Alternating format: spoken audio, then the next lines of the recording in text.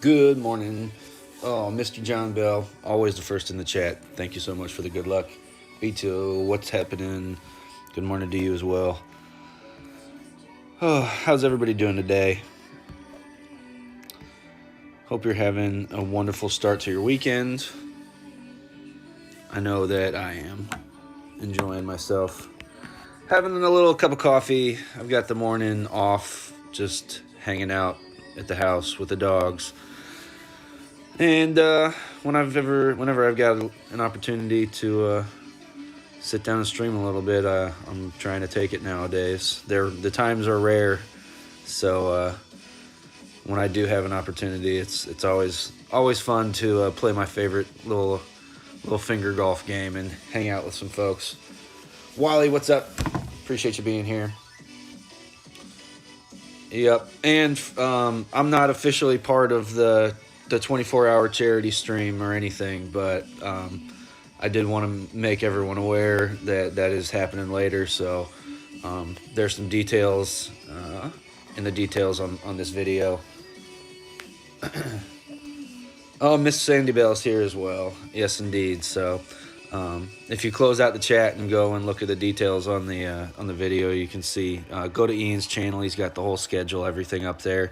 My donation settings are off. I put the link to Sean's GoFundMe in there as well. So donate early, donate often. We might as well start off with a little hooky slicey game, right? Sure, why not? It's no fun to just hit a normal drive. It's way more fun to hit a hook or a slice shot. So, all right, I'm gonna go just play it at 1-to-1, and then I'm gonna take 20 rings here. With that slight tailwind, I'm not gonna overpower it all. I don't think I got the full hook there, but we should still be all right. See, it's just so much more fun to do that than to just hit a normal drive, in my opinion anyway. So was able to leave the sniper bag on here. Should have, unless there's like a dramatic, super harsh headwind, then oh yeah, we should have a shot onto the green here. So we'll have a chance for an albatross. Yeah. Wayne's here as well. What's up, Paisana? What's happening? Thanks for being here. And of course, Mossy, the man, the myth, the legend himself. I have no idea how many accounts he has. Yes, indeed. Yes, indeed. Yes, indeed. This was a hole that I had never made albatross on. I had come really close, like all the time. As soon as Maple Bay came out, I'd come super close often, but never made it. And then I made it twice in one day. This game's funny sometimes. We're going to go like 1-to-1 plus 20%, so about 11 rings here. Almost full overpower. Take a little notch off there and just a little baby curl back to the right. Ooh, a double great right should probably not come in well. But to get a look at this, you want the ball to get that far up the back of the green. You have to play the offset games back there rather than watching the guideline go to the pin, is what I've found out about this hole. Is you have to get it that deep in order to try and have a shot at it. So, oh, what's up? Board PC guys in the house as well. 27 accounts for Mossy, is that right? Holy smokes. Yeah, for sure. That's incredible. I myself have 2. This account and Bob Jr., which is, of course, a mainstay in the 19th family clan, the 19 bushwhackers over there, that crazy gang of mofos. I don't jump into the fun and games there super often, but that chat is nonstop and lively. Just consistently running our mouths. Well saved from the sand by our opponent here. Excuse me, I've got a delicious cup of coffee here. My second to the morning. I'm rip-roaring and ready to go.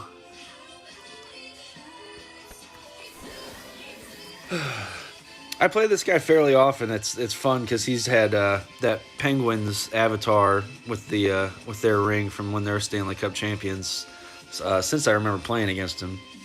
And of course, my Blues are reigning Stanley Cup champions. Adam Pete, what's going on? Morning, buddy. What's up? Alrighty. Here's one of the old awful ones. Alright, so we're going to find the spot where the angle with the wind is going to keep us at a pretty consistent landing area. Probably about 4 back here, and just play offset games way to the left. We want it to hang out to the left. Catch that funnel back down. We'll add 20%, so adding 2.4 to play this one at a 14.1. There's 8.1, so we need 6 more. Oh, 1 more. And shift up because we went down on the trap, and now we're hurried. Ugh.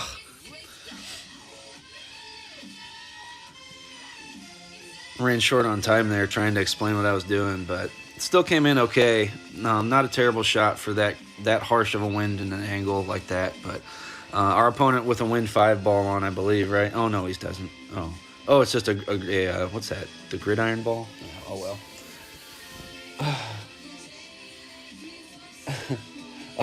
32 YouTube accounts and 12 Golf Clash accounts. I got you. Okay.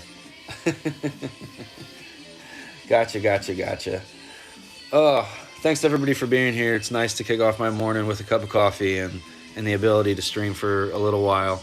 I don't know how long I'll go on. I'm definitely kicking off before Ian comes on to do the first hour of the 24-hour charity stream. So be sure to follow him. If you're here, you probably know who he is, but if you don't, then go check him out for sure. Looks like we might have got him. For his quick and shoddy of our ring plays we had there, we ended up a little bit better than he did. Our bad timing to start off with. I need to be quicker in my setups. Oh, and a platinum chest to kick things off. What a great reward. Awesome. Cool. My streams always start off with something crazy. Either I go out of bounds, or have an albatross, or have one against me. Something crazy happens on the first hole of every one of my streams, I'm telling you. And this time, it was a platinum Tour 11 chest.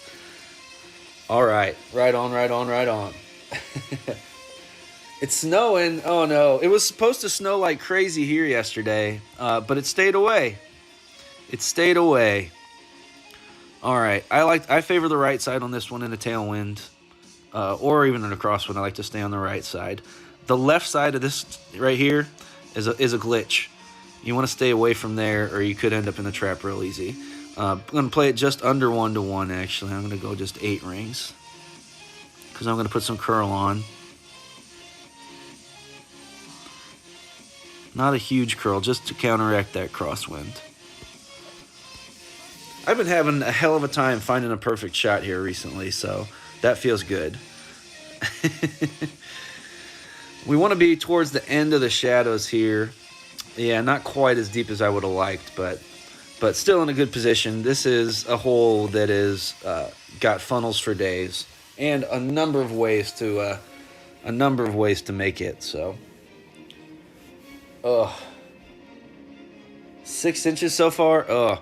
Yeah, we were supposed to get hammered yesterday, and it was warm enough that it was mostly just rain, but it was kind of freezing rain. But the roads were all warm enough that it didn't freeze on the roads at all. And then it warmed up so much, and then it just started raining because it got up into like the high 30s. So then the rain just washed all the ice away. And today it's warm and sunny. It's the Midwest. You never know.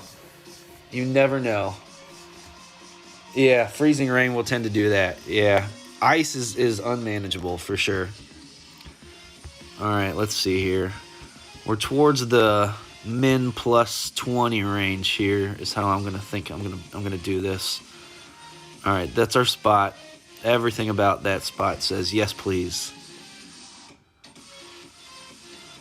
We'll just play a little bit of offset games here, adding 1.7. So that's a 10.3.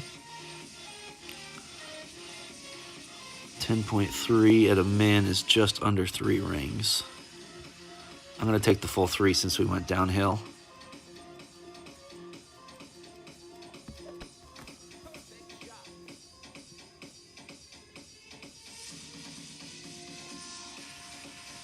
Not going to have the legs. That was the good angle, as they say, but it did not drop. Oh, you're in Youngstown. Oh, all right. All kinds of ice. Yeah, the snow's not too bad. You can deal with snow up to a certain point, but ice is a different story altogether. It's unmanageable. So if there's ice on the roads, just don't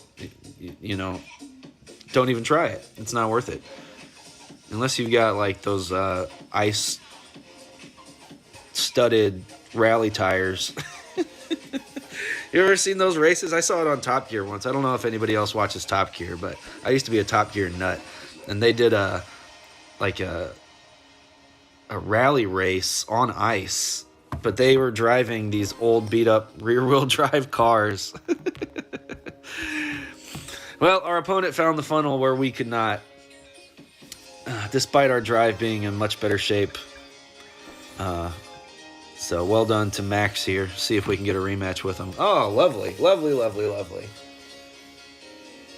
Lovely, lovely, lovely, lovely.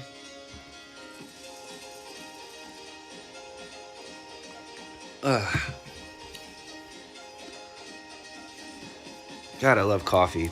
Oh, Drew Moore. Drew Moore. This is the first time we've had Drew Moore with my new Thor 7. So when Drew Moore was introduced to the game, it was in Tour 12. I don't know if you knew that or not, but I was grinding Tour 12 at the time, so I do have some experience with it. But the thing is, when I played Tour 12,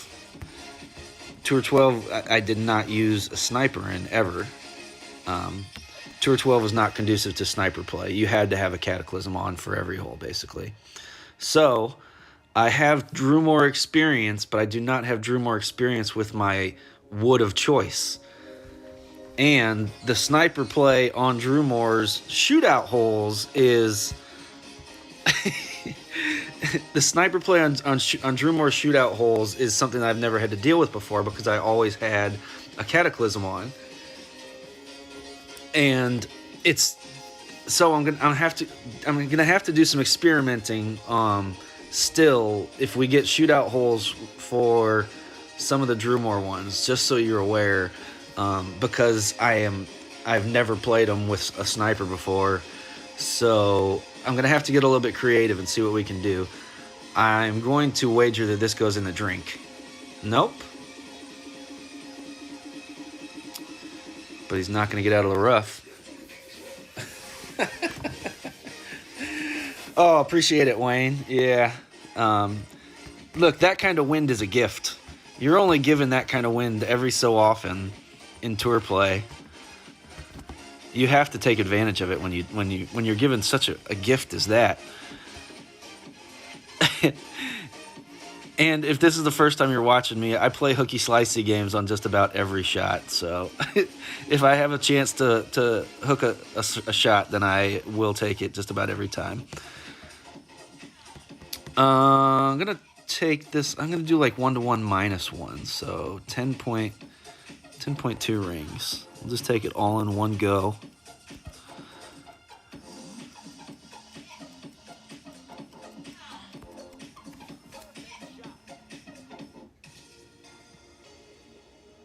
Coming in a little hot and a little bit, yeah, probably should have just played 1-to-1 there. You got Thor 6. Oh, really? Yeah. Thor 6 was my baby. That was the club that I had, despite my other account being much younger, and free to play as well. It got a Thor 6 in about like 700 games or so. I had a couple of silver banners, one in pro, I think, and then a couple in one in expert, and I got Thor on both of them. I got a Thor 6 in like no time flat. It was wild. So I already had the Thor 6 on this account, so everything was, I mean, I based my play around those babies. Oh, look at this shot. Well done from our opponent there. He ended up even closer to the pin than I did. Well done.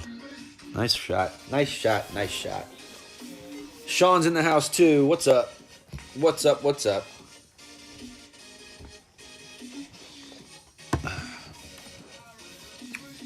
So, yeah, if you get it to Thor 7, Adam, then it's a whole new ball game.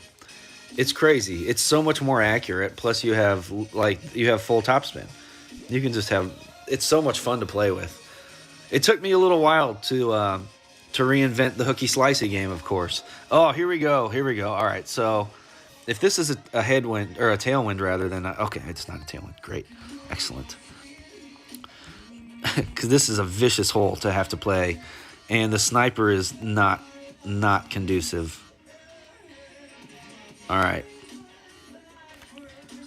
We're going to play it as plus 25% of the min, which means 12.5 rings. 12.6, we're going to go 12.6. 7.6 there. 5.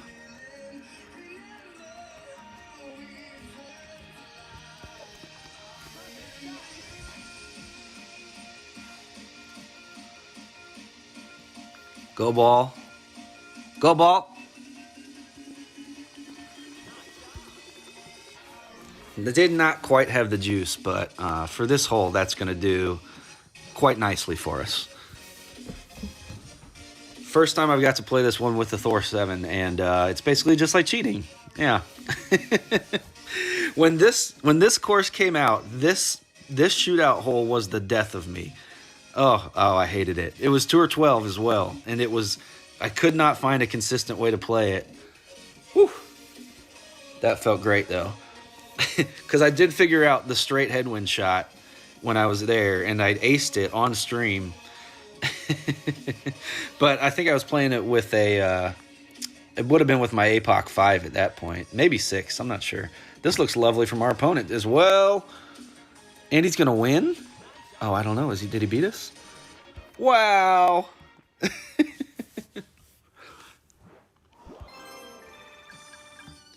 Well, it was almost like cheating. Holy smokes.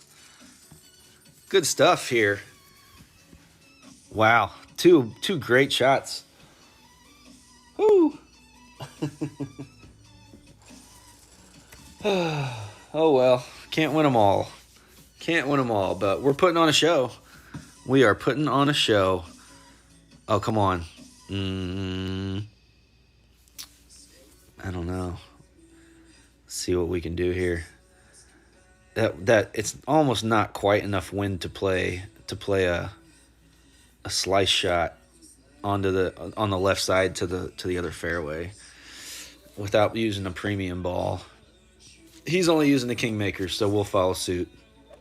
Except we're going to use a Titan, and he can use a Kingmaker. I don't care. That's equivalent in my book. I don't care.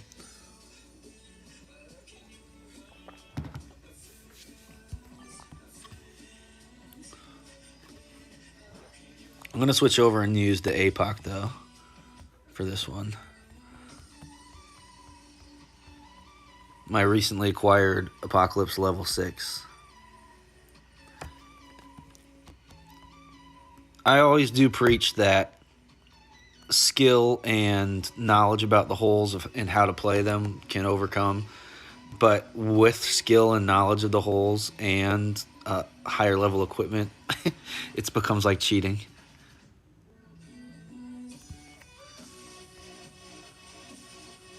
I feel like it is at sometimes now because my equipment's getting to that level where I have no excuses.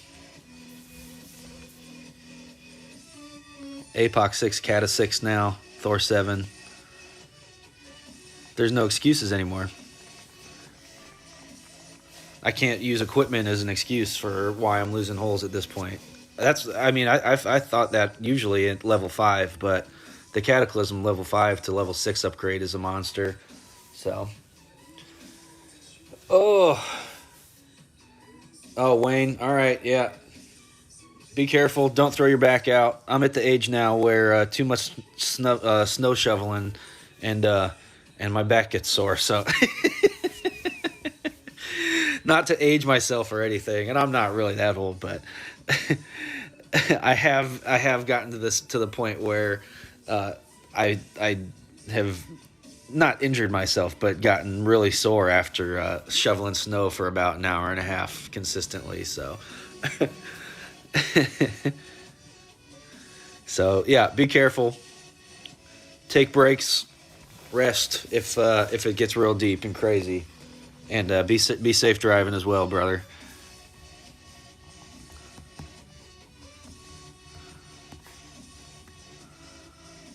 Put the full beans on. The whole top spin. I'm gonna play it only as a plus 10% over adjustment because I'm gonna use a decent amount of curl here. So that's gonna be 7. We'll go 7 rings with a little bit of beans.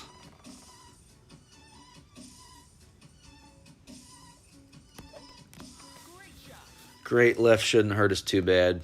With this amount of top spin, we should have no, like I was saying, there's no excuse not to get out of that rough. Generally speaking, even with a headwind there, and you're not looking to make an albatross through there. You're just looking to set yourself up for a wedge basically every time. So, oh, interesting.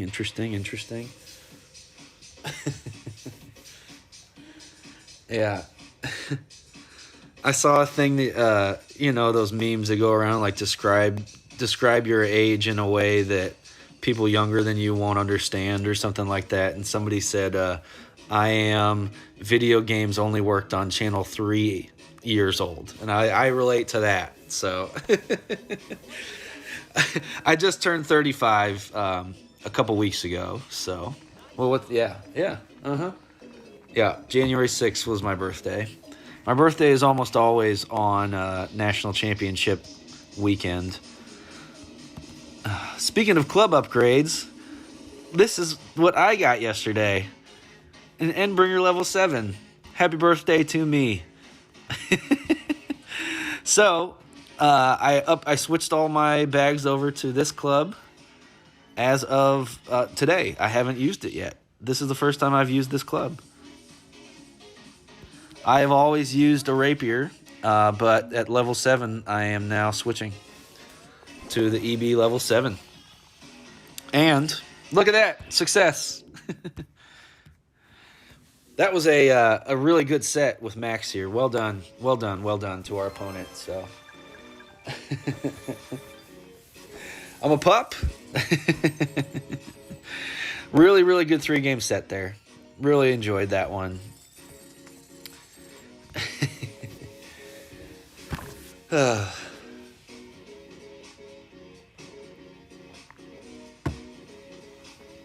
So yeah, a new level 7 Endbringer.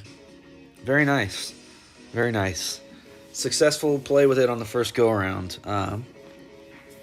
I never really even experimented with it because I'd always been a fan of the rapier, and that I felt like the ball guideline and topspin were a bigger advantage. But at level 7, the ball guideline is exactly the same, and the accuracy of the Endbringer is actually 5 points higher than even than the new rapier, level 9, that I had before that. So,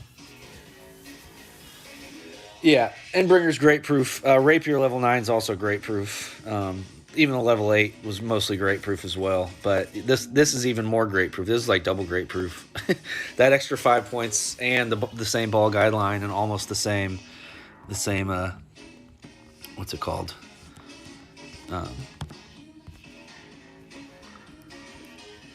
Sorry, I lost my train of thought. All right, so we're gonna play this one as like plus 2 to 1. starting there is 5. We're going to play it off the pad. So starting there is 5.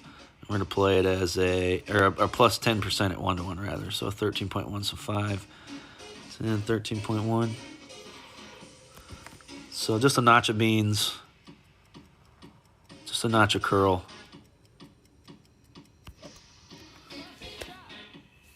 Playing it off the pad onto the second fairway. Should come in nice and easy for a thorn. And usually I'll try the full backspin thorn shots on this one.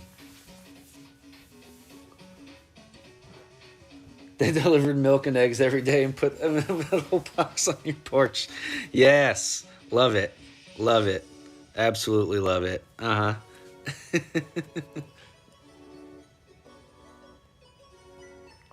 Ugh.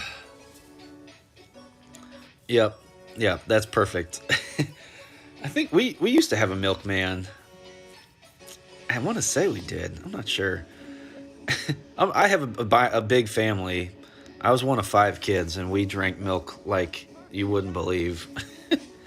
And not to say that this is necessarily correlation equals causation, but I have never broken a bone in my life. I've talked about last year when I got hit with a line drive in my mouth when I was pitching in a softball game. Didn't break a bone. It smashed me and smashed my teeth up, but it didn't break a bone still. So, yeah, we're going to play the full backspin shot here. I'm going to play it as a mid plus 10%, 15.6, and just play a little bit of offset games with it. So, let's see. 6.8. We'll go 6.8. It's a mighty wind.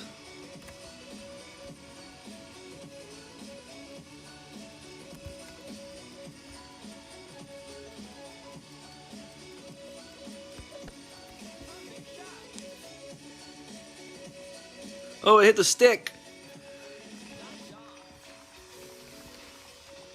Nah. Get out of the way, stick.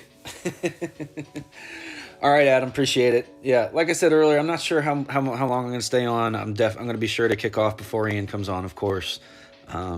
So if you're able to make it back, then thanks. If not, then no worries. I'm sure I'll see you around the streams later. I'll be checking in, following, seeing what's going on. There's an afternoon Blues game that I'll be watching, but I'll be bouncing around the streams on my phone while I watch some hockey, some Blues hockey. We had our 9-game win streak snapped. Our 9-game home win streak snapped in our last game. We lost in overtime. And we're hosting the All-Star game next weekend. Right here. It's going to be a lot of fun. So if you are interested in hockey, or even if you're not, the skills competition is next Friday night, and then the All-Star game is on Saturday. So the game format, I think, is the same as it was the last few years. They do it's All-Star game, but it's by division. So each of the 4 divisions has a team, and they run a 3-on-3 game, and then the winners of the first game play each other to see which division is the champion. It's a really neat format, completely different from a lot of the other All-Star games. So worth checking out. Hockey's great. It's an amazing sport to watch, and the 3-on-3 really opens everything up. And is a lot of fun. So we get this one with a headwind once more. So we'll be playing it the same way that I did last time. But as I was saying earlier in the stream, I would love to get it with some tailwind so we can try and experiment and figure out how if at all we can attack these holes using the snipers. So that's a goal of mine. T-Bone, what's happening? Morning to you, sir. Good morning. Good morning. Good morning. Boomer as well. What's up? Oh, yeah. Doctors cared about you. Yeah. Oh, you had a house call doctor. Yeah. Wonderful. Nice. Okay, so 25%, 1.53. We're going to add 3.7. So that's an 18.7. This is an even bigger wind than last time, right? So just a little bit less backspin, I think we're going to do. This is where we're looking. This is where we're looking, right in here. Oh, yeah. Very nice. Okay. So 18.7, is that what we said? So 14, so 10 plus, what's that? 4.7 plus 10 plus 3.5, 13.5, 8, 5.5, a little more for good luck because I think it's a little bit more. We'll see how that does. Hopefully it's good enough. Just barely finds it. That'll have the legs to get to it, but it's going to cruise past on the right. But that's okay. Got the win. So we still need a little bit of backspin there, I think. Because that barely got past the rough for that first bounce. So plus 20, maybe plus 30% if that's that crazy, that high of a wind. Because that was a nasty wind. So anyway, experience from Tour 12 playing that one into a headwind pays off here. A little bit later. So I didn't mind Drew more. I felt like since it got introduced to Tour 12 while I was playing it, I was not at a disadvantage to the experienced Tour 12 players because we all had the same experience on it. Obviously, some of the major grinders were playing it more often than I was, but they didn't have any length of time, length of service, if you were, into that course. So, but like I'm trying to still figure out how to play it if there are tailwinds with a sniper. So you had the mumps? Oh, that's crazy. Boomer, isn't that incredibly painful? Did you? Ugh. I'm sorry, man. That sucks. That sounds bad. Oof. Some more Drewmore here. I usually play slicey games with this one and do a headwind like this. We'll see what we can do. The only thing I know about mumps is because I don't know if you watched the show Brooklyn Nine-Nine. I didn't really get into it until it was already about 5 or 6 seasons into the show because the commercials just kind of look goofy. But my brother-in-law and his girlfriend told us about it and had us watch it when we were visiting them with them one time. And my wife and I both just found it hilarious. And Andy Samberg's character on there and his police captain both get the mumps. And it'll just look terrible. So, yeah, sorry, man. That sounds brutal. Oof. Oof. 14, 5, 10. So we'll go right about there. I'm not gonna take. Let's see. I can't remember how do we used to do this. I'm gonna go like 18. 10, 5, 18. I think I remember playing into a headwind with this one to take a few off of what I normally do for my slice shots. It's going to catch the rough, but it'll get out. So, yeah, maybe not. Maybe don't take those 2 off because we want it to hang out a little bit further to the left. We'll still be okay here, and I play the rough bump. So it's going to basically look exactly the same as it does for our opponent coming up. Jerry, what's up? Appreciate the good luck. Ryro, also, what's going on? Josh in the house as well. Thanks to all the newcomers. Thanks for the good luck. Much appreciated. Much appreciated. Alrighty. Let's see how Katie does. We'll be playing it the exact same way with our newly maxed out Grizzly. Yeah, the Grizzly has been really fun to play with. The level 9 anyway. The level 8 is still just a touch lacking, but it's usable. It's usable, and it's friendly to me because I can play my 1-to-1 games with it and not have to use a chart or anything. So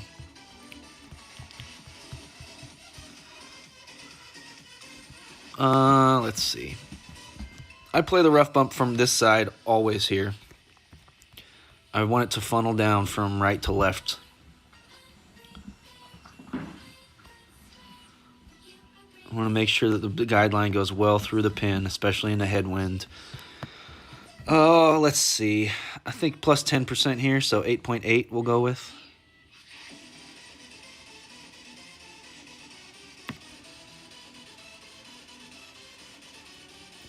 So for me, that's a mid.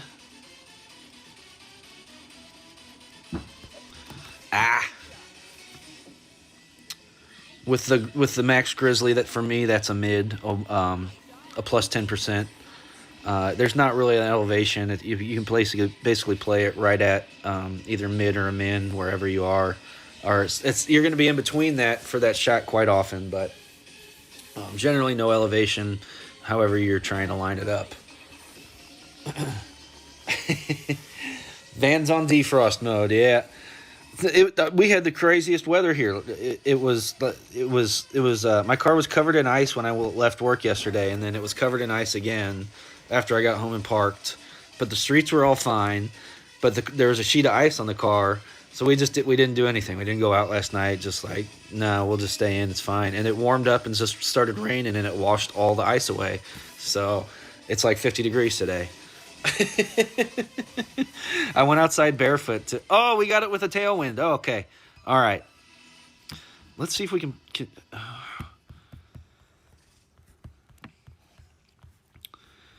okay. Well, okay. Let's see.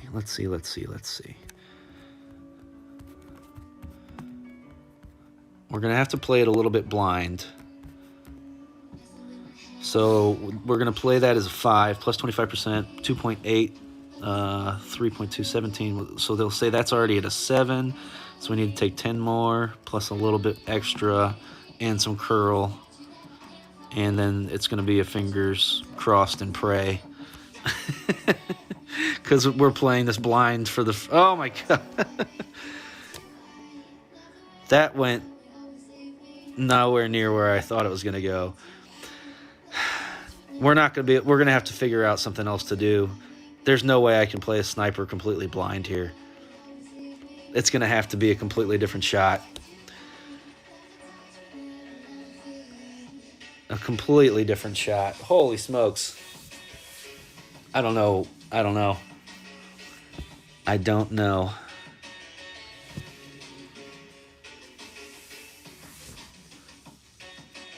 But the sniper is not usable. Trying to play it completely blind there. Yeah. Yeah, it's not going to be playable. It's not going to be playable. I've never played Drew Moore shootout holes with a sniper until they came here. Tour 12, I was discussing this earlier. It was all Kata or Guardian for me. And they've got significantly better reach than the sniper does. So I have no adjustments for that with a sniper currently. I'm winging it, and when you're winging it on a hole as difficult as that, then you see the result that you see there. 50 some odd yards away and in the trap. So that was one of the same issues I was having with Grunberg. I'm going to have to figure out a sand bump or something to try and play. Because with tailwind like that, I guess, or try and find somewhere on the left and play a heavy backspin Thor shot or APOC shot. So, Ola, what's going on? Thanks for the good luck. Thanks for being here. Much appreciated. Much love. Oh, let's see what we got here. Free Doom versus Free Dotem. It always cracks me up that one of the main clans ended up looking something like my little local clan. Oh, I'm president of my little St. Louis club here. Yep, we're hanging out in Expert 3, doing our thing. Proud of my little clan for getting to Expert 3. We usually hang around just below the next level before the Champions 100.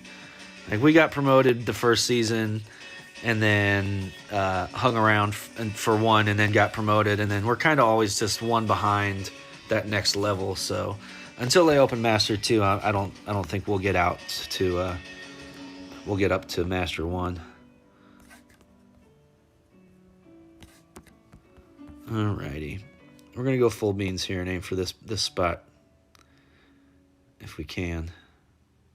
So let's see, just over 1-1. We're gonna play it as like a 9-5,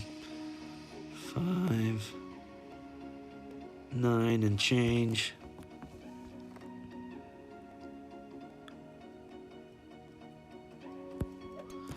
Hopefully the accuracy of our monster club here helps us out. It does. Not the distance I was looking for, because I forgot to switch to my Cataclysm bag, but significantly further than our opponent still. Oh, and this monster headwind. Oh, should have put the cat on. It's my own fault. It's my own fault.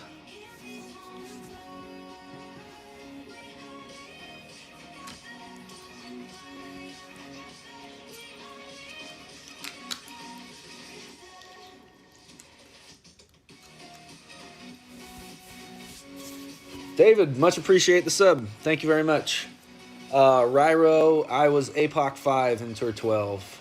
APOC for the most part. I flip-flopped. My normal Tour 11 play was primarily with the Thor, because I had Thor 6 on both accounts before I had APOC 5 on either of them. So I was primarily... That's why I developed this hooky-slicey game that you see, because I had to hook and slice a Thor to compensate for having an APOC level 4, basically. So, all right. So our opponent has left himself with an impossible putt. I don't know if with this amount of headwind, if I can get there. We'll just go full beans and spray and pray, I guess. Why not? We'll just go full beans. See what we can do.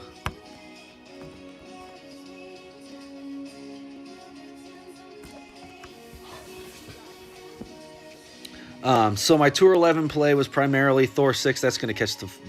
That's going to go deep. No, stay. That's staying on. Nice. Awesome. Full beans worked out. We will not be punished for our poor bag selection after mashing that. He says good game because it's an impossible putt. Oh, he can get there. Get it. Get in the hole. But then Tour 12, I had got both of my APOCs on my two accounts rather to level 5. And could manage the shootouts in Tour 12 with an APOC 5 fairly well.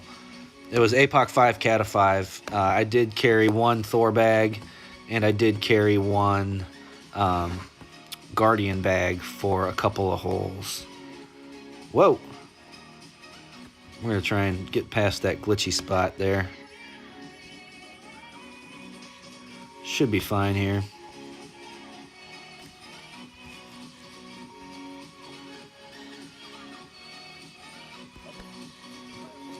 Oh, well, there you go.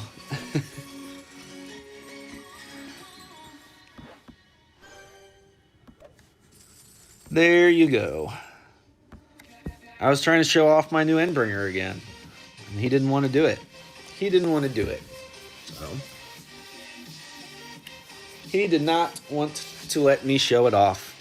We know that was going in anyway. It actually kind of was a cool effect there with it dumping out right as the ball was flying through the air. I enjoyed it anyway. I enjoyed it thoroughly. Yeah, so Tour 12 was a whole different animal. And right actually as I maxed it was when I got APOC 6. And I got it on my junior account first, of all things. I didn't get APOC 6 on this account for quite a while after that. But I got Thor 7 on here. before that one's even close to a Thor 7. So I also have maxed every rare on this one. As soon as they updated it to let you go to level 9, I already had enough in the bag on this one to upgrade every single one of them to a 9. I didn't have enough on any of them on my junior account to do that. So good wind here. Good wind here. I am going to do the APOC though. For the just makes it a little bit easier. With a tailwind, we're just going to play this one straight out of max. It's actually a little less than that, but with the curl I'm going to put on, that should compensate for it. So I'm just going to go a little bit over 9 rings. Our curl is going to be to the outside of the arrows.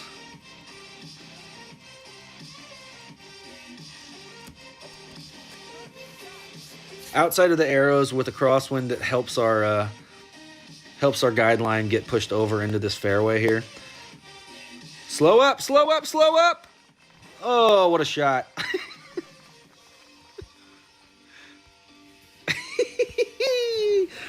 Oh, so to the outside of the arrows with a wind that's going from left to right, a little, you're gonna have to go more than that with it if it's a crosswind from right to left though for this one. Whoo! 6,000 games in an APOC 4, yeah. I was that way on this account. I think I was on this account. I think I was close to like 10,000 games in before I got to APOC 5, I want to say. It never came for me. It never came for me. I was also free to play, and that was before clans were around as well, so it's a little bit misconstrued, I suppose, but because I was not playing at the level that I was until clans came around. No spin shot here. And under 1-1.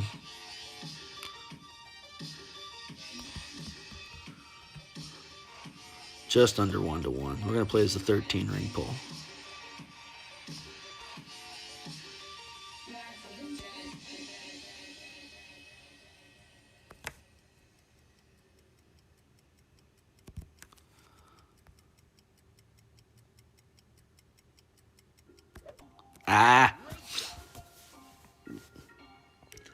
So before clans came around, I was mostly playing Tour 10. When clans opened up and Tour 12 also opened up, that's basically when I was able to consistently jump into Tour 11. My clubs were not anywhere near the level that they are now, and every time I would try and jump up into the highest tour, when it was Tour 11, I would get thrashed around because I didn't have the coins or the experience or the knowledge of anything. I was not part of any kind of Golf Clash social media at that point in time. I didn't know what existed out there, really, other than basically Tommy. I was just kind of flailing around doing my thing. So when Tour 12 opened up and I was able to jump into Tour 11, and then as you jumped up into clans, Playdemic takes a lot of heat for certain things, but they've gotten a lot right with. I mean, we all love this game. I mean, if you're here, then you'd probably love it as much as I do, I would imagine. Scott, good morning to you. Yeah, it's such a good game. I mean, I don't really know what else to say about it. It's a really, really good game. I love it. It's way more intricate than I initially realized. There's so much subtlety and nuance to the play, and there have been, despite some things that they've probably got wrong, they've done a lot right. I mean, clans, whether you think clans coming around was not an entirely positive thing. People become less willing to share content. for one, is the main concern there. And then, you know, but other than that, I mean, the ability to have multiple bags is what allowed me to thrive and progress as quickly as I did. Because before you had multiple bags, you were having to, good save from our opponent here as well. We had that happen in the first round, in the first game. You had to have one bag set up for an entire tour. That's 27 holes where you have to decide, well, what's best for this entire tour. That and the ability to have multiple bags allowed you to negate that. You can and then realizing that the ability to have multiple bags was pretty much useless if you couldn't change it on the tee box. That's huge. You know, those are things that they absolutely got right. And without that, I would not have been able to progress like I did, and to take advantage of that because I was out clubbed a lot of the time. So being able to then choose which clubs you could use at any given point in time on any given hole at the beginning of it, that made up for a lot, because I didn't have to, you know, I could set up a Thor bag and a sniper bag where it was only a Thor 4, but I could get by with that, as opposed to always having to use an extra mile because you never knew what kind of headwind you were going to get, and if you're going to be able to get there against a guy who's using a massively upgraded Apocalypse or Thor's hammer. So, you could get away with using my Thor, a lower level Thor, more often. So, they certainly got that right, and that's not the only thing they've gotten right either. But we'll talk about that more in a minute because I got to try and make this shot.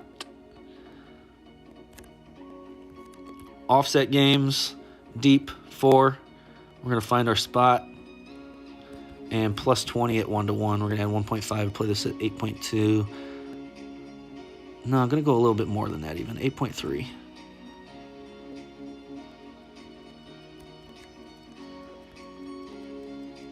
Touch a curl back to the left as well.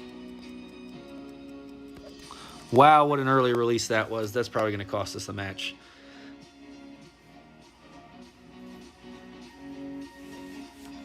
Or not.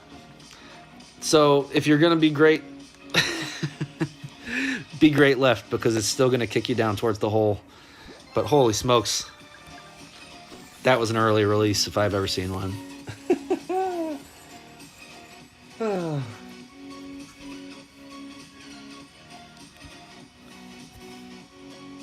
Is Chris streaming right now? I didn't even look and... Oh man, I didn't even notice.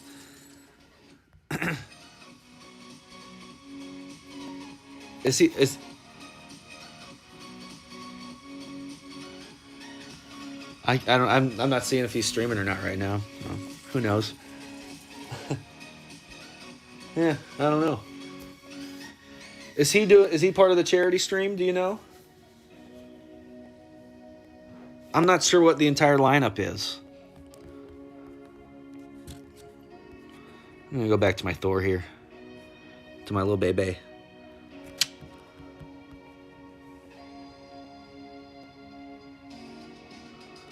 Push up 7 after our adjustment here. We're going to go 1-1 and then push up 7. There's 8.2 and we're going to do 6 more.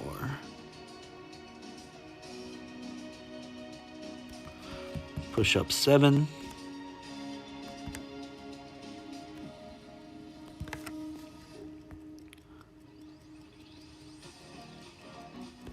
Don't really need to use curl here with the wind coming from right to left because it's just going to push it that way. Just try and get as deep as we can on this fairway to set ourselves up for an unlikely sniper shot. Yeah, I don't remember seeing him stream with one that had Christian Bale and American Psycho on his avatar. I don't remember ever seeing him play one like that, but I'm not really sure. I know he has a lot of accounts, but fewer now. I know he gave one away too, so...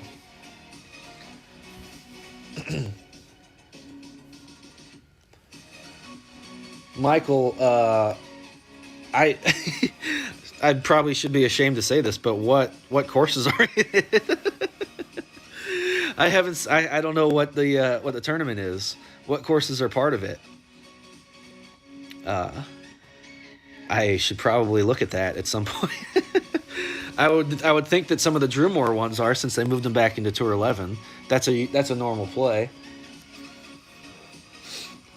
Yes, Ian is the first official streamer at noon Central Time. That's my time zone, so that's the time that I see him coming on. I believe that's 6 o'clock London time, which is where a good chunk of Golf Clashers their time zone for sure. So, alrighty, we're gonna go under 1-1 here and try and land it right in this spot with some curl and go straight at the pin. So let's see, we'll go like 9.4, 5.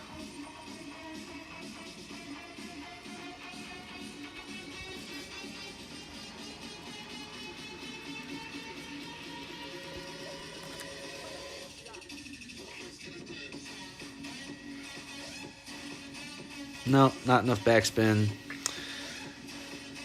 It's so hard to get a good angle at this one, and without a kingmaker in a really nice wind angle, it's too risky to play the rough bump in most circumstances. So you're just trying to get a look at it, really.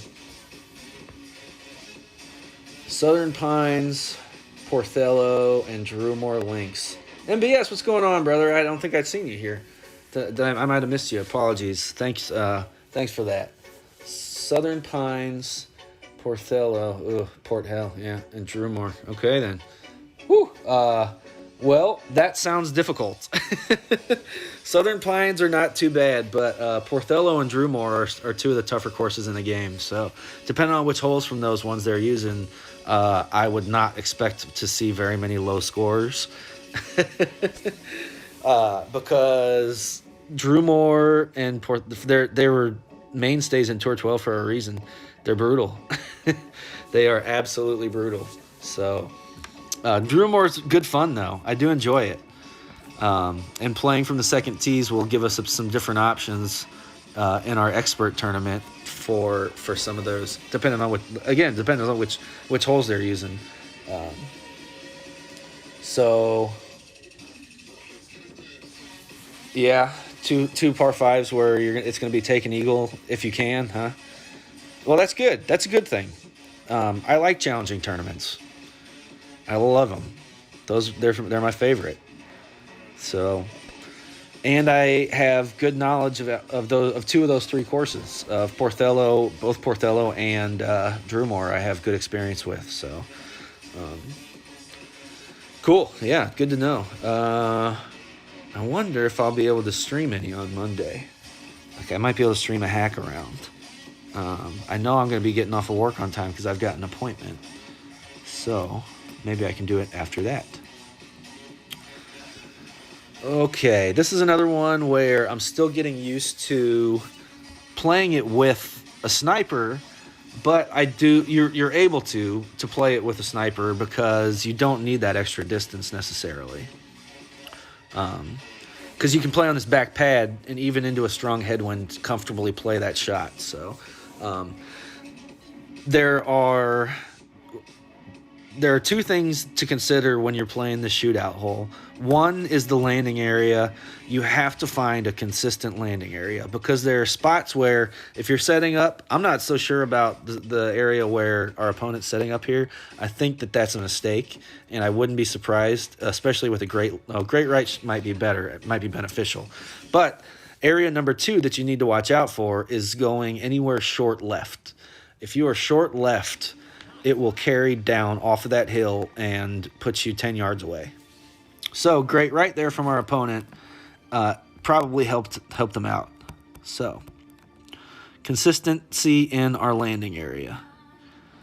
MBS sending us what we're looking for. We'll take a look-see after this shootout hole.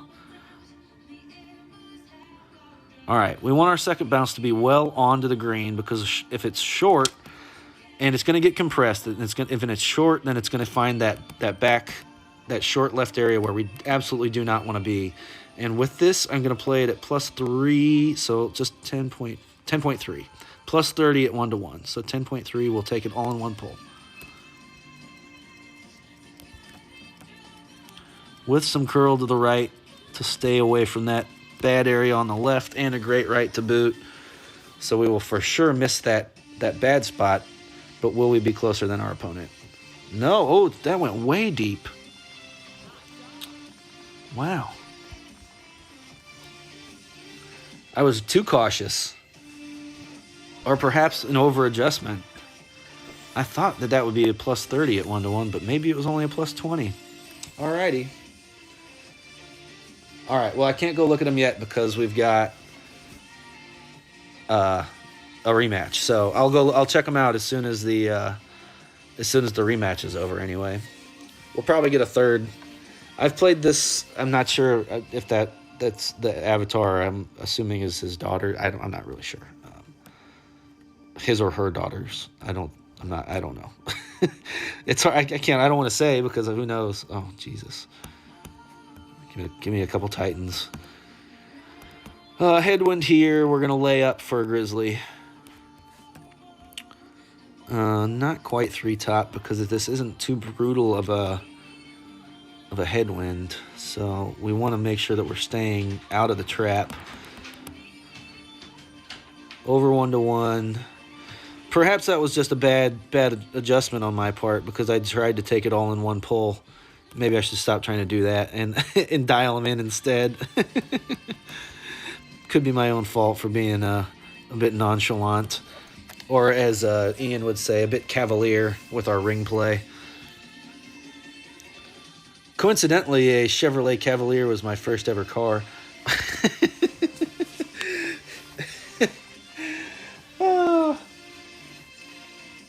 The par 4 with the rocks behind the green.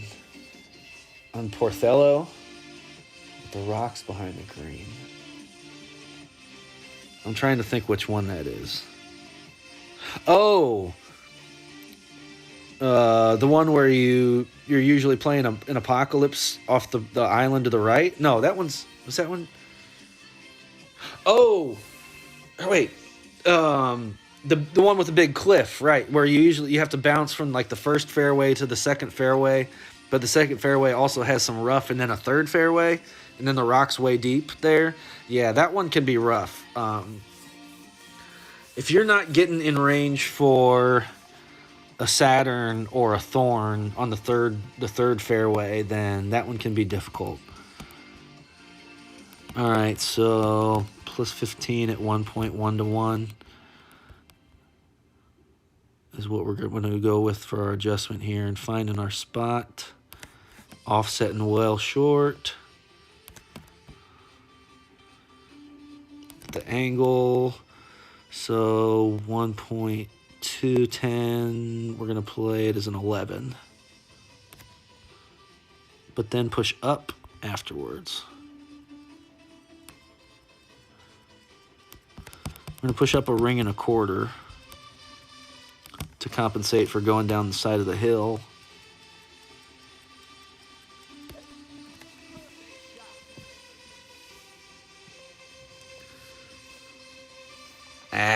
Hung out left. That's a tricky one.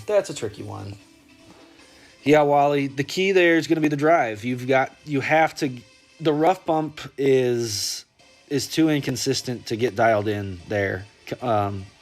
Because you're adjusting up and down the side of a hill for the rough bump there. The only way that you're going to be able to consistently have a good look at it is with a full backspin Saturn or a Thorn if you can get deep to the third fairway. So it's all about the drive there. It's all about the drive, where you end up. It's one where the landing in the rough is a distinct possibility, so you're going to want to put on the what's the rough iron with full backspin? The machete, either the machete or the Amazon, right? One or the other, because you're going to want to set up for a full backspin shot basically no matter what. Because anything else you're not going to be able to get consistently dialed in. If the wind that they give us, in expert, it shouldn't be a problem. From the second tees, it shouldn't be a problem to get across to, at the very least, the second fairway. Finding the third fairway consistently can be an issue, but the very, very least, we should be able to get across to at least the second fairway and try and dial in a Saturn shot. Yeah, eagles are possible going off the back. The rough bump there, Ryro, you can do it. You can do it, but it's really difficult to get that one consistently dialed in because you're adjusting up and down the side of a hill. That's the only I hate those shots. They're so tough to get dialed in consistently because of the wild changes in elevation on along the lines where you're going to be pulling. If they give us a straight wind, then it's definitely a possibility. But it's really really hard. We're going to play this one as a 15 and a half we'll go with. 8.5. So we need 7.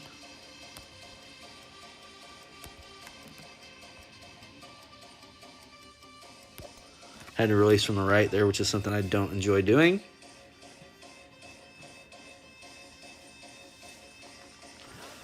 Goal here is to be at 2 yards or better. Just outside of that, but pretty good shot for that strong of a wind.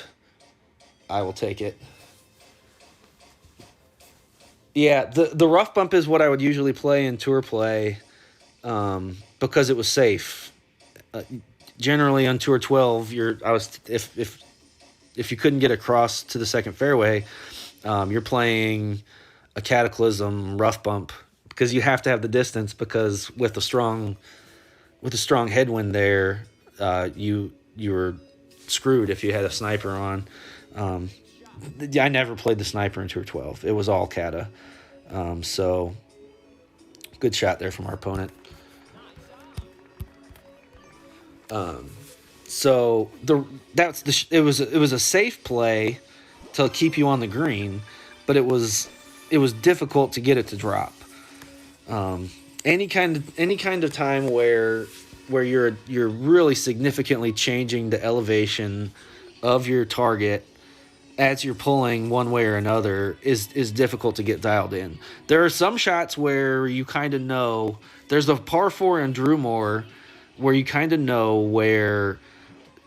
I've played it enough to where it's a consistent across every part of it, where you know how to play how much to adjust up or down based on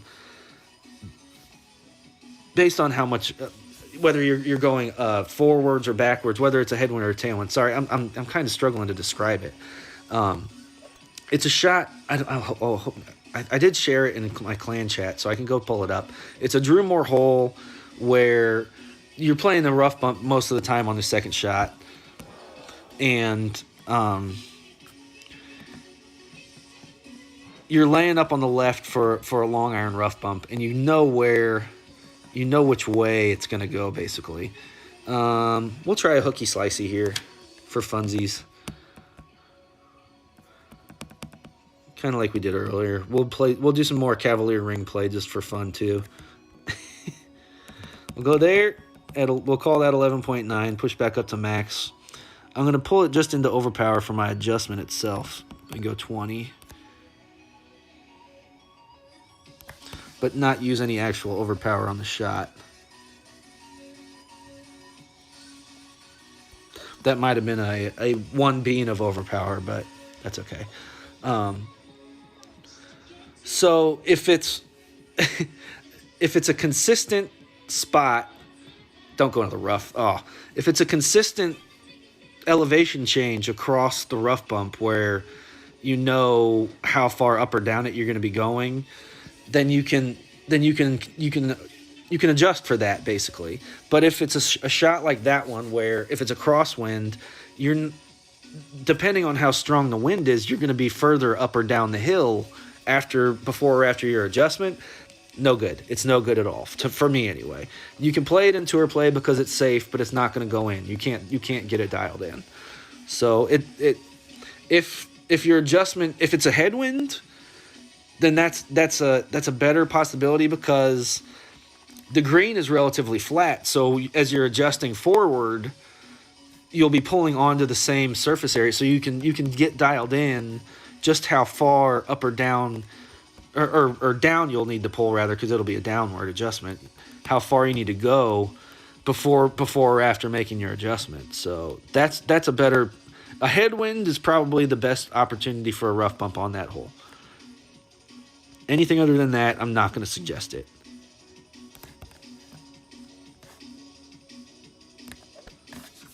Fingers crossed here.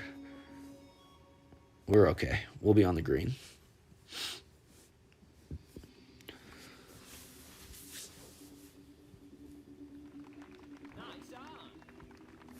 Todd Jacks, what's up? Yes, let's go Blues. Always let's go Blues. Always, always, always. Machete went from 1 to 10. Yeah. Yep. There's a couple holes where if it's in tournament play and going into the rough is in play, but you know, like the ones where the pin is really close to the front of the green and it's protected by bunkers, where the only shots are trying some full backspin thorns or Saturns to get in there, or dunks. Dunks on those holes are tricky for me because there's the possibility of banging that stick and then coming back and falling down into the trap or the rough. So, yeah, you slap on the machete and use it in just the same way. What's up with our opponents saving everything out of the rough today?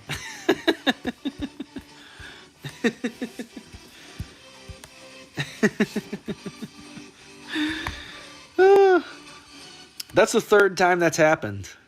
Sand shots, rough irons, everything's dropping. We don't get it. Nothing's coming easy today. Nothing is coming easy today. We're being made to work for everything. And, of course, it's not easy against our opponent who's already taken the first two legs off of us. So, third leg here to try and save some pride at the very least. Whew. Let's see what kind of wind we get. A nasty, nasty wind. Whew. Good thing we have a super club.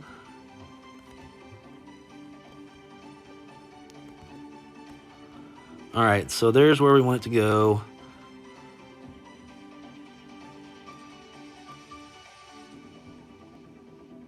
With that strong of a wind, I'm going to go 3.5 back. So that's basically where we want to start our adjustment and call that 5. Plus 30%, 3.9, 16, 17.1. So we're already at 5, so we're going to need 7 more. Just a touch of curl to the right. Ooh, great right. Don't hurt me too bad. At minimum distance, that probably actually helped me. From the looks of things, it helped me. We will take it.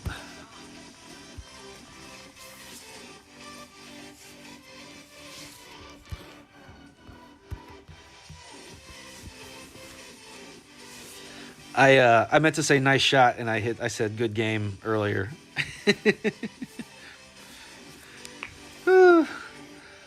Hit the wrong emojis sometimes. You say the wrong thing sometimes.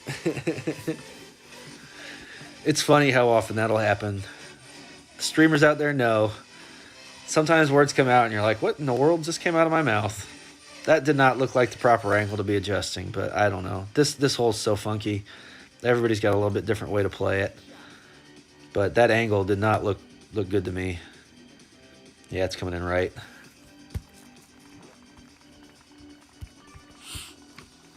All right, so we salvaged some pride. And we'll go take a look at what Mossy just sent us. Or no, MBS sent that to us. The holes for the new tournament. Yeah, why not take a look-see and I'll give my thoughts on them.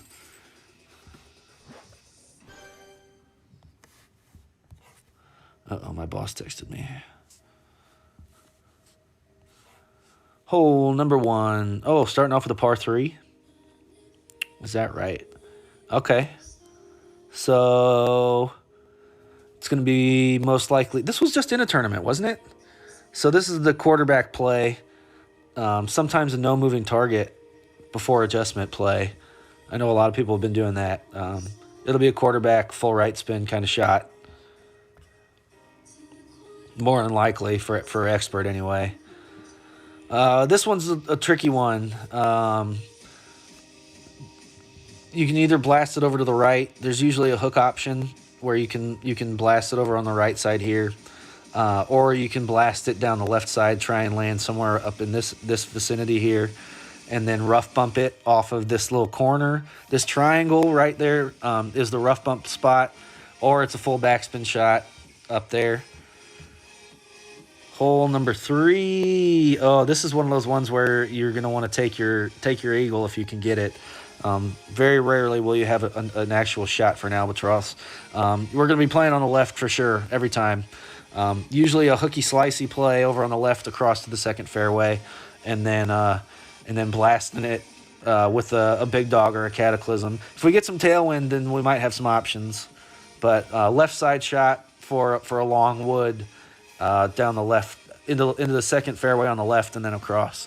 That's usually how it goes. Porthello par 3.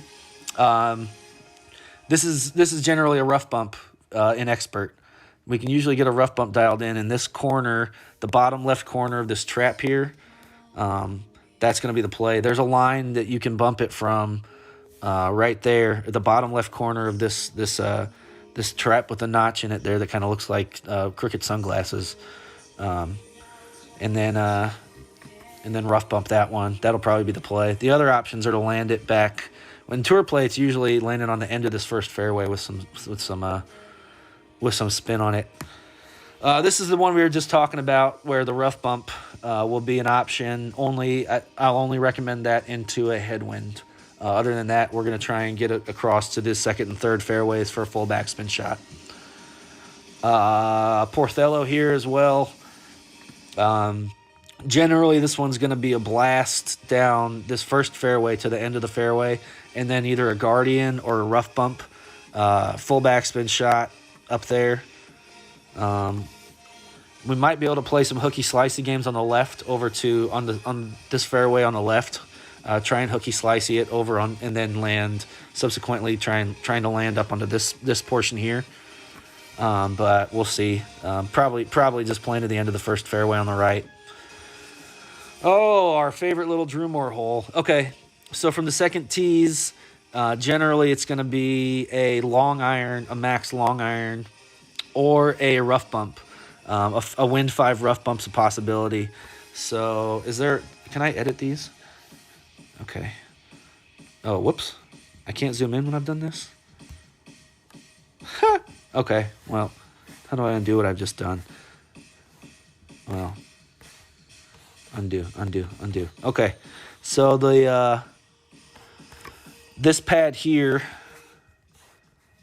is where we're going to be looking to play a long iron, or it's going to be a rough bump up here with a wind 5 ball. So those are our two options for this one. It's brutal. It's a tough one to get dialed in for sure. So we were just talking about that one. I love this Drew Moore hole. We had it on stream earlier.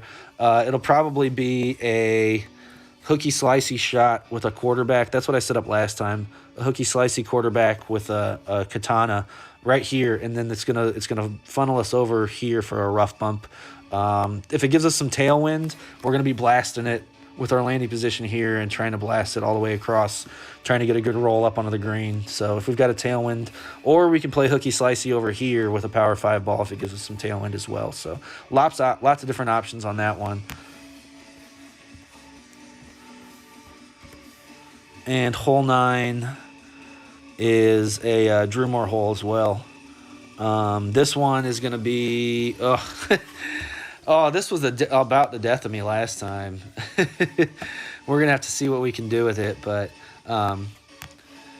yeah, it's either... If we have some tailwind, we're going to be doing some hooky slicey games. We'll be trying to land here-ish. And then blast it up here for an eagle. We'll either land it on the end of this first fairway and then put a big dog or a cataclysm on with some tailwind to land in this fairway over here on the right and then carry up to the green. Or if we have some tailwind, the hook on this drive last time was so inconsistent. That was the problem that I had with it. I thought I had everything dialed in for a Thor hook, and then the weekend round came around, and on hole 9 I went in the drink and I lost my mind and blew up on this hole the rest of the weekend round. After making eagle on it every single time, I completely lost it. So This hole might be the death of me, but as I showed earlier in tour play, if we have a little tailwind, the hook across to the second fairway is going to be our play, and I'll just throw caution to the wind and play it anyway every single time because that's what I like to do. There we go. Okay, there's our review of the tournament holes. I hope that was of some help. We'll get back to the game now.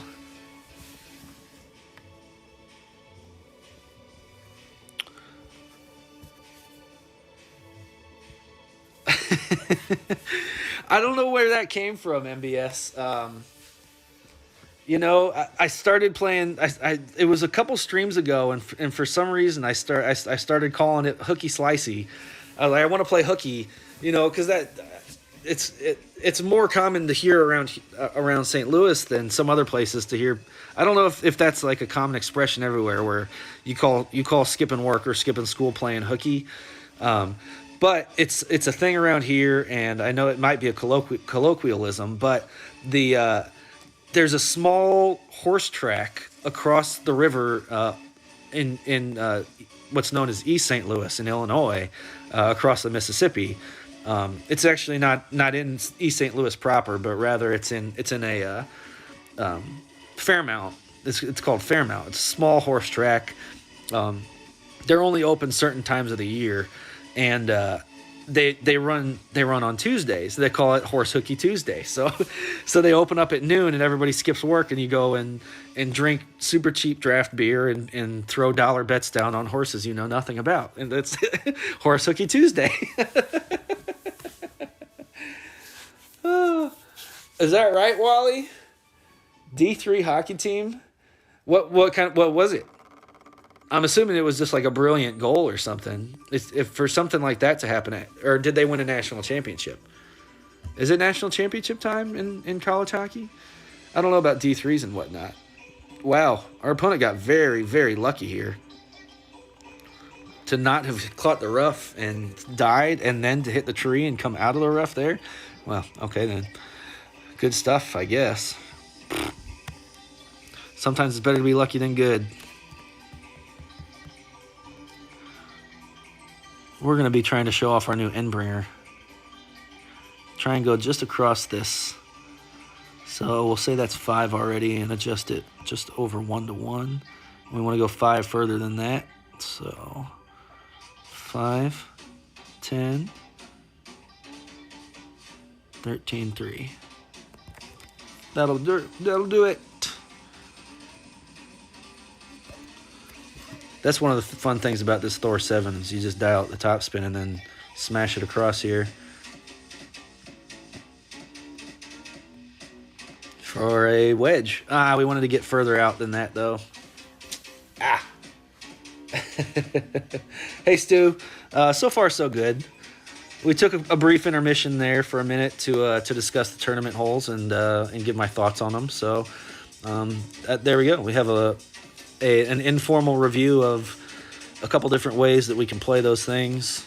Brief overview.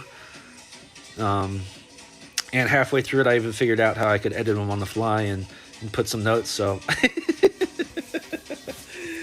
but going well so far. Winning more than we're losing. So always good there. Always good there. Oh, behind the back pass. Oh, I go. Playing hooky? Yeah, Wally, playing hooky. That's right. Playing hooky. So we've talked about all kinds of random stuff. We've talked about things that Playdemic has gotten right with this game. We've showed off our new level 7 Endbringer, and we're going to do that again here. Although not as much as we would have wanted to, because I didn't get as far through as I wanted. What kind of curl does an Endbringer have? I don't even know. I guess I should test it out, huh? Oh, good decent amount, yeah. Okay, well, we're just going to eyeball it then.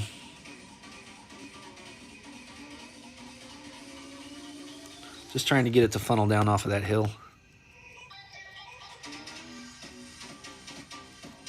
Didn't get far enough. So, not a shot we're likely going to make, but we can give it a look. Oh, it didn't come off the hill. Interesting. Yeah, so, it's weird how when you're in the middle of streaming, sometimes things just kind of happen organically. You know, there's each streamer has his own thing. You know, Fenzel's thing turned into being goats, and Ian's got the moist rainbows, and you know, there's all kinds of funny. It's just stuff that just happens organically. So Hooky Slicey just kind of happened. So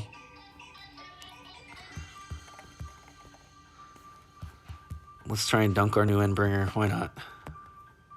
Why not?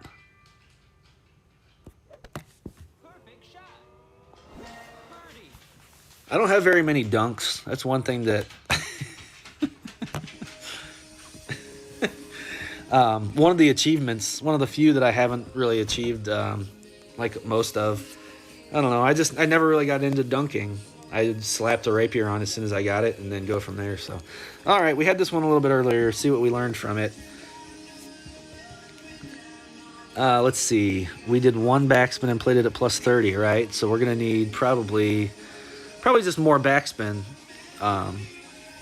I'm going to play the same adjustment, just with a couple more bars of backspin this time. So D3 tournament is okay, yeah. So it was just a nice goal then, huh? Yeah. Love a good saucy pass behind the back, no look. Always fun. Score a highlight reel goal. Always good fun. Always good fun. Hockey really is the best sport to watch in person for me. It loses something on TV until you can see, like, when they show the goals and show the highlights and slow things down, just to see how incredibly fast and amazing hand-eye coordination these guys have. And in real time, you can't even appreciate it. You have to slow it down to really be able to see just how impressive it is. You know?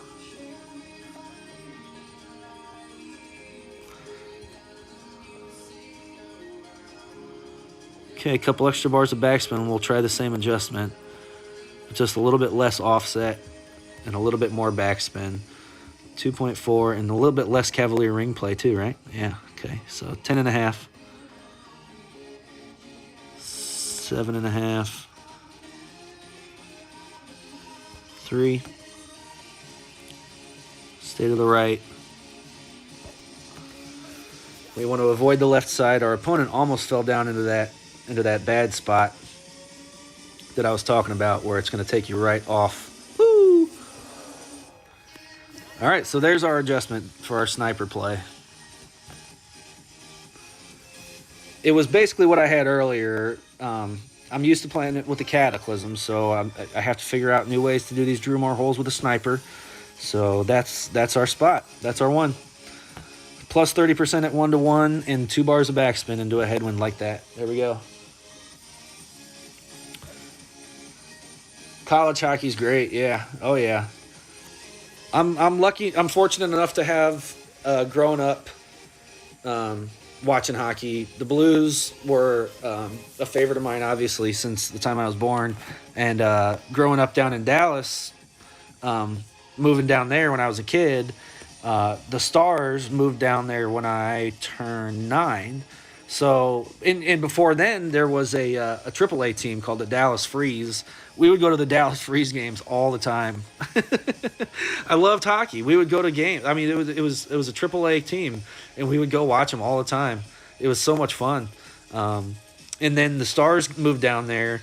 I didn't mind them at first, but then they got put in the same division with the Blues, and kind of a bit of a rivalry happened, and they won a Stanley Cup, and we still never won a Stanley Cup, and it was a whole thing, and I was mad, so then I started hating them, and you know, until it was like, oh, they're officially like doing better than the Blues, and they're officially rivals of them now. I was like, ugh. So then I had to hate them from then on. But hockey's always been, one of my favorite sports to watch by far.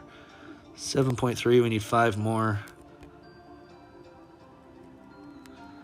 So a fair amount of overpower, some good beans, good amount of beans, and a good amount of curl also to counteract.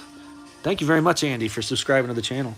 Much appreciated. I'm not supposed to get notifications when I'm streaming, but I'll take those notifications all day long. Much appreciated. I think it said Andy, right? Maybe I can see on my on the replay, because it's about 25 seconds behind. Andy the Cat Boy. Thank you very much.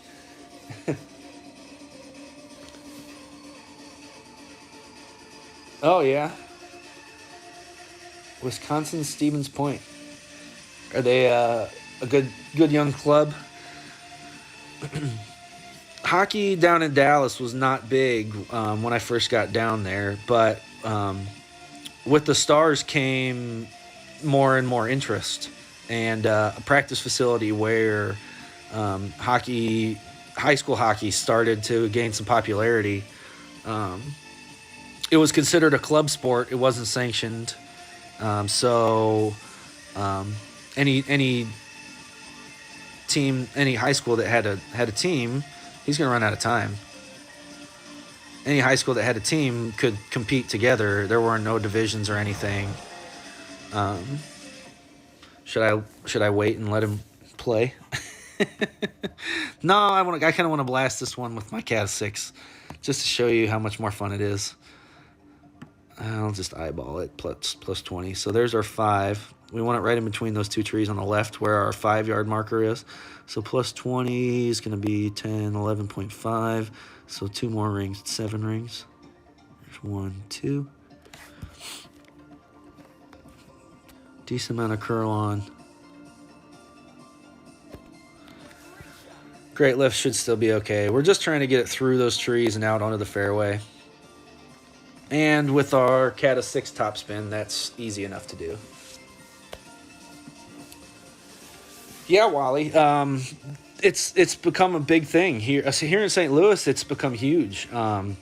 We are having a really high number of players out of St. Louis that are getting drafted over the last couple of years. Some really top talent's been coming out of this area. It's been a lot of fun to watch. See some of them grow and progress and start playing. So, yeah. Matt Tkachuk, Keith Tkachuk's son. Keith Tkachuk's still here in St. Louis after he retired. His son's playing. I think he's still up in Calgary. He's a feisty little one. He takes after his pops quite a bit. But yeah, quite a few players have been coming out of St. Louis here recently. Yeah, the Midwest has become a good area for junior hockey for sure.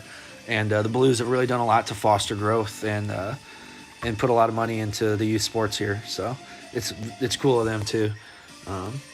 Got to go down. I haven't been to a game. I had not been to a game, I should say now, to a Blues game this year. But my wife got me tickets for my birthday, and we were able to go. The day after my birthday actually was the game. So, yeah, my birthday was on Monday. The game was Tuesday. So had a really good time. Blues come from behind victory against the Sharks. It was good stuff.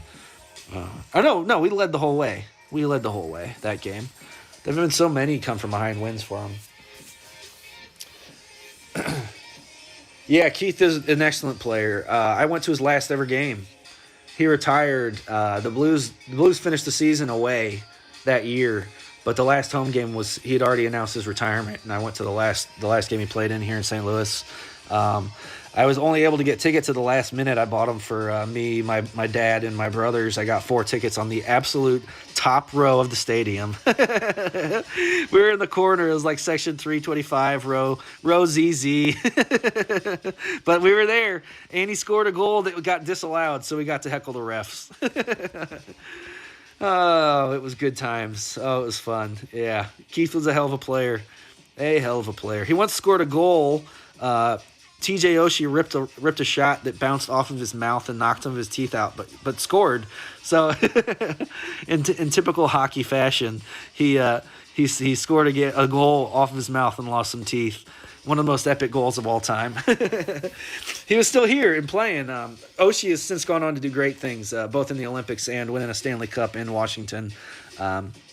But he got his start here in St. Louis, and when he was really young, and Keith Tkachuk was really old, they were playing together, and Oshie scored, basically got an assist for rifling a puck off of Keith Tkachuk's face into the net. So good times. Montreal. Oh yeah. Well. They're in the same division. Are they in the same division? Montreal. Let's see, is it Montreal, Boston, Philadelphia?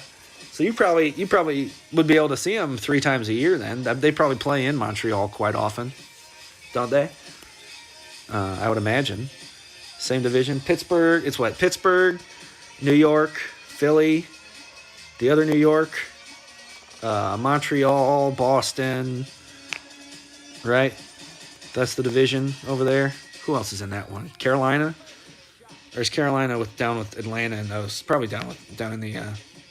I can't remember the name of the divisions. They changed names. We're still the Central, so that one didn't change. The Blues were the Norris back in the day, aka the Black and Blue division, because they beat the hell out of each other all the time.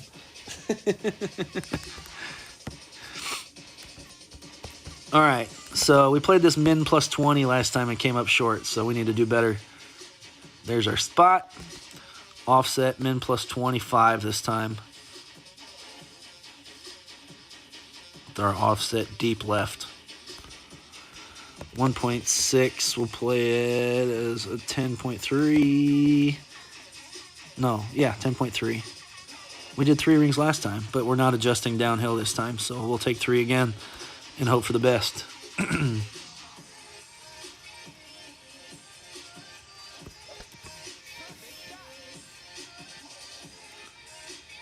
Looks like it's coming into the side. Yep. Not the good angle. Not the good angle.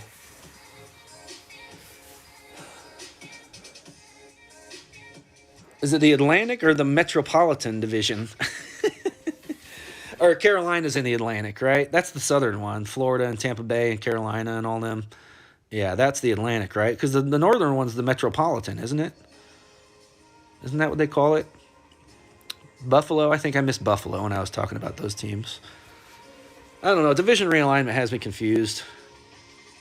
I can't keep track. It's hard to follow the whole league when all I care about is the Blues and hating Detroit and Chicago. There's actually the cool thing about hockey is it's easy to get passionate about because if you followed it for long enough, you've developed reasons to hate every other team. Especially in the Blues case, since we were before last season, we were consistently in the playoffs. We didn't miss the playoffs for the first 20 some odd years of my life. So I think it was just a given that they were going to make the playoffs and then get beat by somebody. So we got beat by so many different teams that I developed reasons to hate everyone. And if there wasn't a playoff loss to them, they had injured a player or there was a fight that they had hacked and whacked one of our superstars or something, you developed a reason to hate everyone.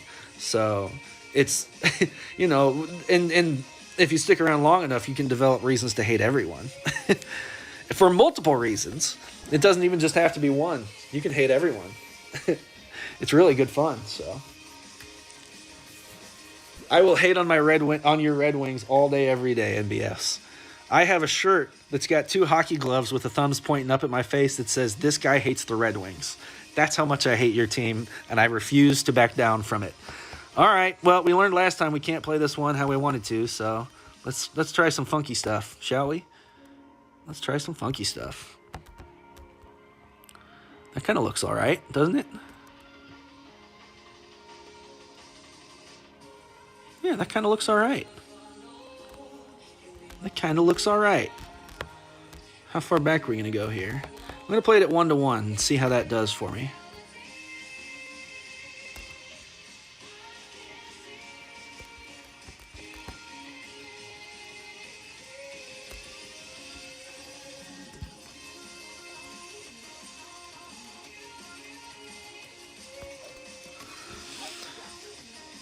Looks scary.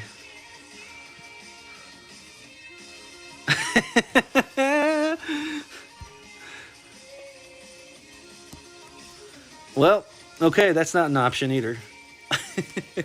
Maybe somewhere over there is an option, but that was not one. Holy smokes. I don't know. With a quarterback and a Wind 5 Power 2 ball, this is probably a pretty straightforward shot. Yeah, playing back here. Let's see. I would probably play this one. It's probably going to be a min QB, so I would go with 8 rings, just over 1-1. +1. We'll see, though. Wow.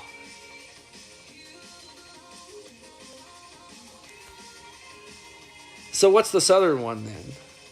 If the Metropolitans is the top one, is the Southern one then the Atlantic now? Or do they call it something else?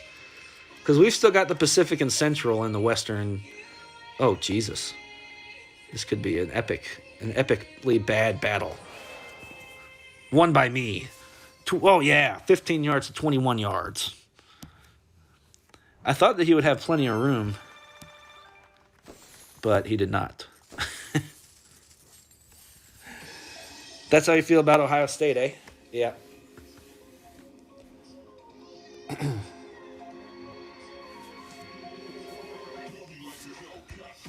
I take it you're a Wolverines guy?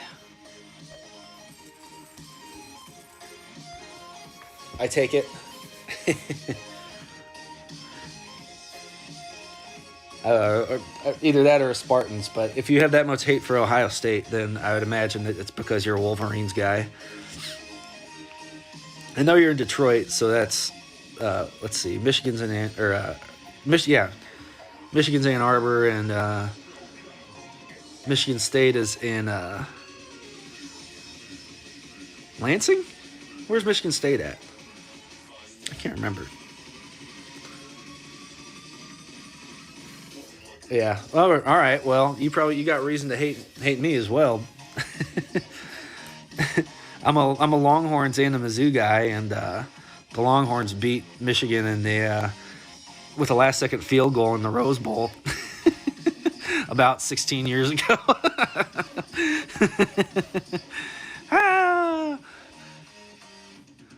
All right, so we're gonna blast this one a little bit more than we did last time. 5. With a little bit more curl to the left so we can get through that rough a little bit better. East Lansing, that's right.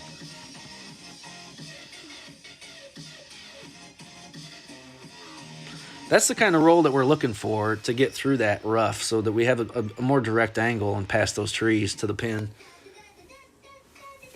The Atlantic, that's the one. Yeah, okay. So that's like Atlanta and Florida. Or not Atlanta, they don't have a team anymore, rather. Florida and Carolina and Tampa Bay and God, who else would be in that one? Because Nashville's in the Central, right? So yeah, whatever. All up and down the coast, I'm sure. The Central's super spread out now because it goes from Dallas up to Winnipeg, so it's a little bit ridiculous. And then as far west out is Colorado, so it's not really the Central. It's more like the spread the hell out everywhere. Yeah, they won the Rose Bowl back-to-back years. They beat Michigan on a last-second field goal in the Rose Bowl.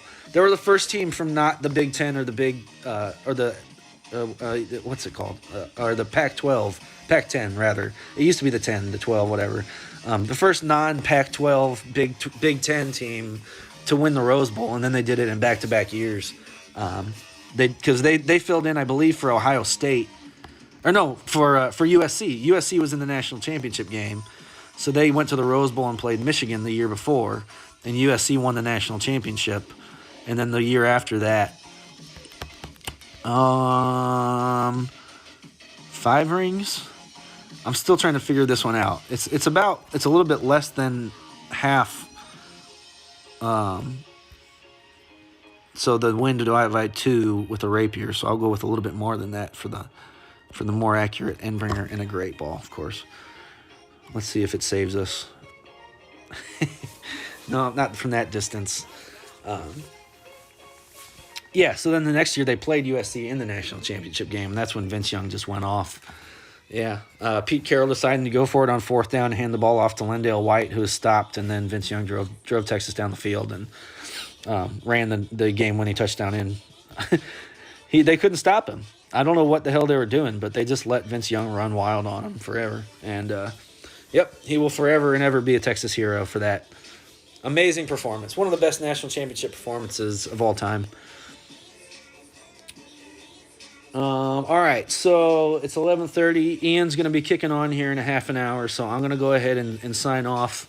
I appreciate everyone being here, and check out the 24-hour charity stream that it's getting going here in a half hour, starting over on Ian Bollinger's channel.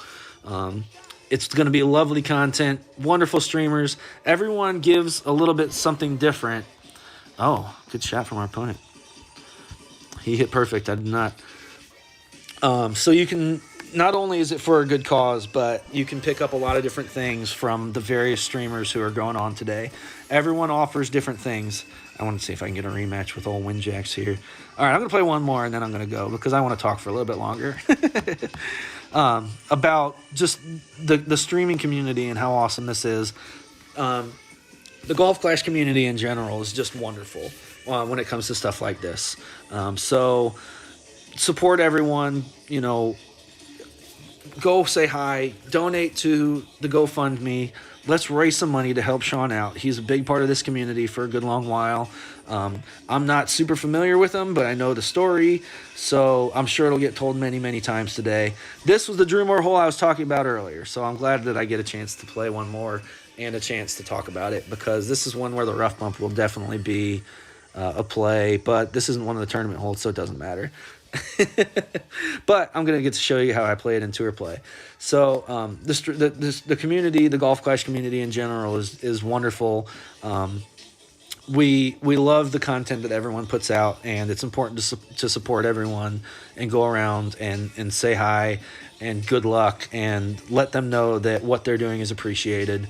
I know I love doing this. It's something that I really have fun doing. I wish I had more time to do it like I used to, but sadly I don't, so I can't make promises about if and when I can stream very often. But I love doing it. I love hanging out with the people in the chat. It's really good fun. I enjoy it every single time, regardless of how I play. I had some time to actually do my expert round. One of my expert rounds last weekend. I played horribly, but I had a wonderful time doing it, and it's because the people in the chat make it so much fun. So really had a great time doing that. So I'll be in and out of everyone's chats all day long on the stream.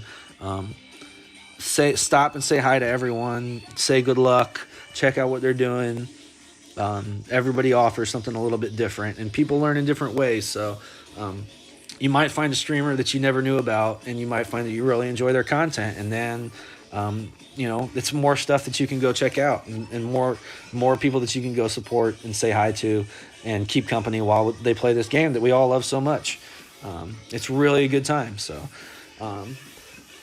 what's up, Bill? What's going on? The big cat himself in the house. I'm about to sign off before the actual charity stream goes live, but I had some time to kick it this morning and wanted to stream for a little bit. So here I am. Glad that everybody was able to come hang out with me. It's appreciated. It really is. I have a great time. So with this wind here, we're going to end up on top. So that's up in elevation. We're going to end up on it's a relatively flat green itself, but before we make our adjustment, I'm going to pull back. Since I'm using a Grizzly, I'm going to pull back about 1.5 rings before I then pull up to that higher elevation. So this is one of those ones where even with a crosswind, you're pulling onto a surface that's relatively flat. So if there's a tailwind, you pull down into the water. So you push up before you make your adjustment. But the area where you're going to end up is going to be consistently flat as opposed to up and down the hill. It's less glitchy if you play it from the right side, so I always play it from the right with some right spin. So we're going to find our area. With this much wind, I'm going to offset, and with this much in the angle, I'm going to offset on the right. So I'm going to pull back 1.25 rings, 1.5 we'll call it, and I'm just going to play it at 1-to-1 with our Grizzly here. 8.2.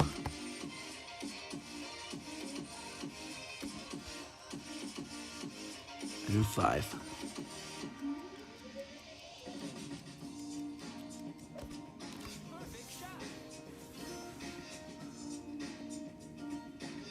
Gonna give it a look, but not quite gonna get there. That's how we play it, though. So that's exactly what you're looking for. And that's why a rough bump's playable here, because you're going to end up on an even surface after your adjustment, even though it's changing elevations. It's predictable. So you just got to figure out when you're getting them dialed in exactly how far forward or back you need to push. It's going to be different. Playing with a level 9 Grizzly, that equates to like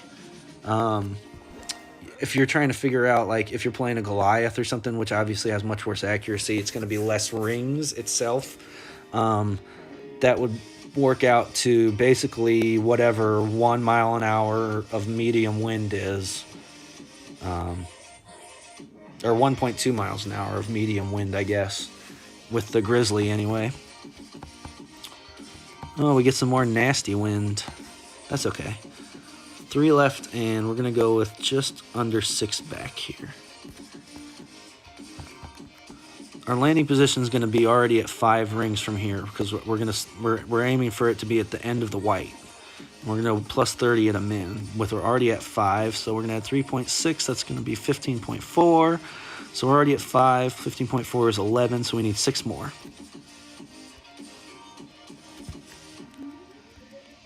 No curl, because we're going to let the wind just do its thing here.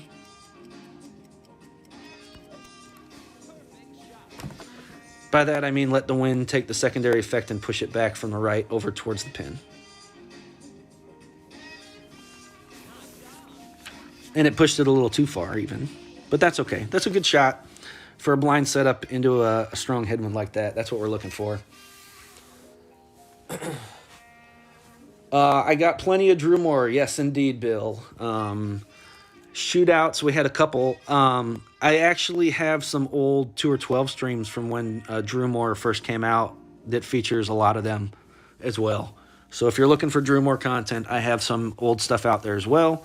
I did get them quite often on here, and I discussed it quite a bit, how playing them, I was trying to get creative and figure out some different ways to play them, because when I was playing it in Tour 12, it was exclusively playing with Cataclysm or sometimes a Guardian. So I'm still trying to figure out how to play it with a sniper. So some of them looked a little bit weird. Some of them were really bad. They're difficult to play with a sniper. I'll put it that way. They're very difficult to play with a sniper. A good shot from our opponent as well, but I think we're closer. So plenty of Drew Moore content out there on my channel if that's what you're looking for.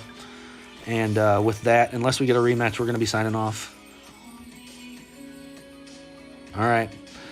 Check out the charity streams later, and be sure to donate to the cause if you're able to.